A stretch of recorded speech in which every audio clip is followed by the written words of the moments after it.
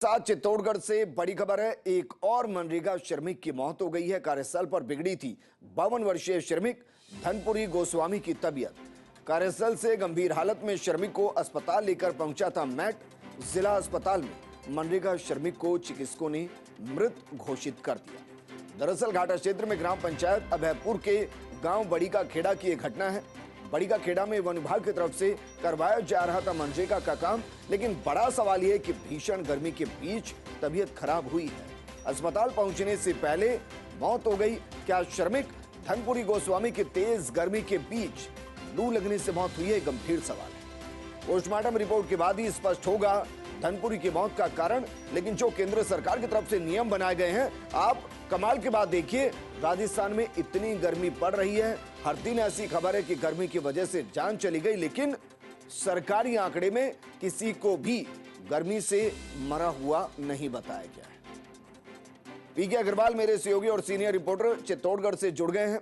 पीके अग्रवाल, क्योंकि postmortem report जो बताएगी, ये बताइए कि मनरेगा के तो कार्य दिवस भी निर्धारित है और गर्मी के अंदर वक्त भी निर्धारित है। क्या गर्मी सुबह से ही इतनी की जानलेवा हो गई? विजेंद्र, दरअसल जितने भी नरेगा श्रमिक हैं जहां काम कर रहे हैं, बार बार एक सवाल उठ रहा है कि वहां छाया पानी की व्यवस्था पर्याप्त मात्रा में नहीं है। हालांकि जिला कलेक्टर आलोक रंजन का दावा है कि वो जितनी भी संभव हो सके निर्देश दिए हैं और कोशिश की जा रही है कि जहां जहां नरेगा के काम चल रहे हैं वहां पर्याप्त मात्रा में छाया पानी की व्यवस्था हो। लेकिन बड़ी बात यह है कि कार्यस्थल पर ही जब नरेगा का कार्य चल रहा था, वहीं श्रमिक की तबीयत खराब होती है और वहां से गंभीर हालत में जो मैट है वो लेकर के जिला अस्पताल पहुंचता है। और जैसे ही जिला अस्पताल में चिकित्सकों ने देखा तो धनपुरी की वह मौत हो चुकी थी। तो जिस प्रकार से तेज गर्मी के दौर में इस प्रकार से मौत होना, ये पहली मौत नहीं है। इससे पहले एक मानपुरा ग्राम पंचायत है, वहां की वृद्धा थी, वो नरेगा श्रमिक थी और वहां से नरेगा का काम करके लौट रही थी, घर आके बेहोश हुई और अस्पताल ले गए। दूसरे दिन उपचार के दौरान उसकी मौत हो गई।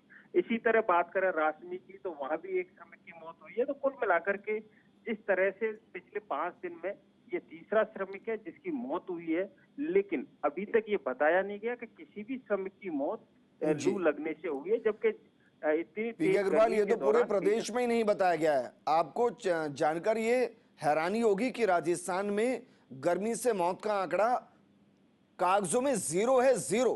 किसी की मौत नहीं दर्शाई गई।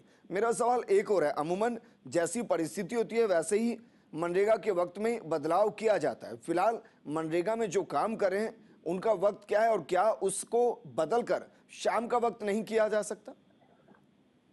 निश्चित तौर पर, लेकिन जो नरेगा में श्रमिक हैं उनके कार्य का समय में बदलाव किया गया है। जिला स्तर पर अधिकार दिए गए थे जिला कलेक्टर को कि वो अपने स्तर पर नरेगा श्रमिकों के समय में बदलाव करें। और चित्तौड़गढ़ में बाकी नरेगा श्रमिकों के समय में बदलाव हुआ है। लेकिन जो भीषण गर्मी का दौर है वो देखा जाए तो देर रात को भी लोग लू से परेशान है, तेज गर्मी से परेशान है।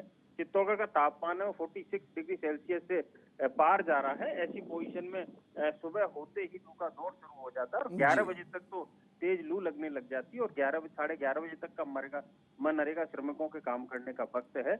इसी दरमियान इस तरह की तबीयत खराब हो जाना और इस तरह से जब काम करते हैं श्रमिक, जब काम करते हैं वृद्धावस्था में ग्रामीण क्षेत्रों में किस प्रकार के हालात है समझा जा सकता है।